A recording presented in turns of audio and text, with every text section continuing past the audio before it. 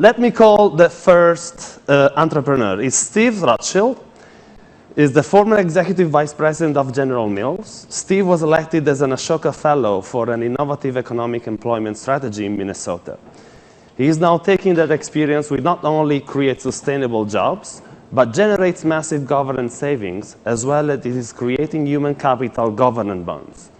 So Steve, the floor is yours, wherever you are. Here. Thank you. Thank you. Thank you. Good morning, everybody. Thank you very much. I want you to imagine something. I'd like you to imagine that we can fund the highest potential human services just like we finance a road, a bridge, or a government building by the use of a government-issued bond. A bond that would help to train unemployed workers for living wage jobs and take them off of welfare. A bond that would provide high-quality at-home services for the elderly so they need not go into a nursing home. A bond that could lower recidivism of prisoners worldwide. Now, in my judgment, this not only makes social sense, but it makes economic sense as well. This, we believe, based on the opportunity to invest in high potential human services that exist around the world, could be a multi-billion-dollar opportunity. And more important for you, provide you with additional revenues and profitability in your banks. So you're probably asking, is this feasible? And if it's feasible, how would it work? And then, what role would banks play in this particular idea? Well, let me step back for a moment. In the mid-90s, I started a nonprofit called TC Rise. It works with the hardest to employ, people that have criminal records, drug abuse, low academic achievement. We train these individuals very intensely over a period of about a year for living wage jobs. And one of the components of our program is a contract with the state of Minnesota in the United States, whereby the state pays us for the economic value we create for the state by taking people's incomes up.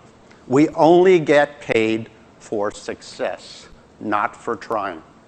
And that economic value is based on increases in taxes that our successful graduates pay and decreases in public spending that governments spend and save as a result of higher incomes. Over the last 15 years that this has been in effect, the state of Minnesota has enjoyed a 624% return on its investment. However, governments around the world, including in Minnesota, the United States, the United Kingdom, and in virtually every developed country, are cutting back the amount they are investing in preventive human services, primarily because healthcare costs continue to escalate. This is a direct threat to the highest performing human services that we have in the world, and more importantly, can undermine the social well-being that we enjoy in many countries. So what do we need?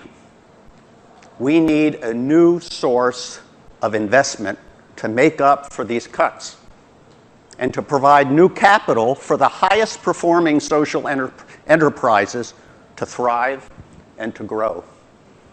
We need to attract private investors, social investors, and market rate investors to invest, not provide charity, but to invest in human capital.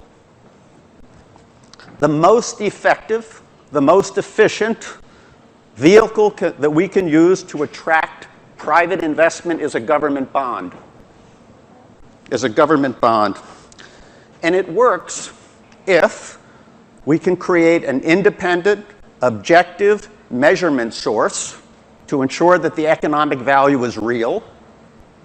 And secondly, that economic value, as I described earlier, is above the government's cost of debt service.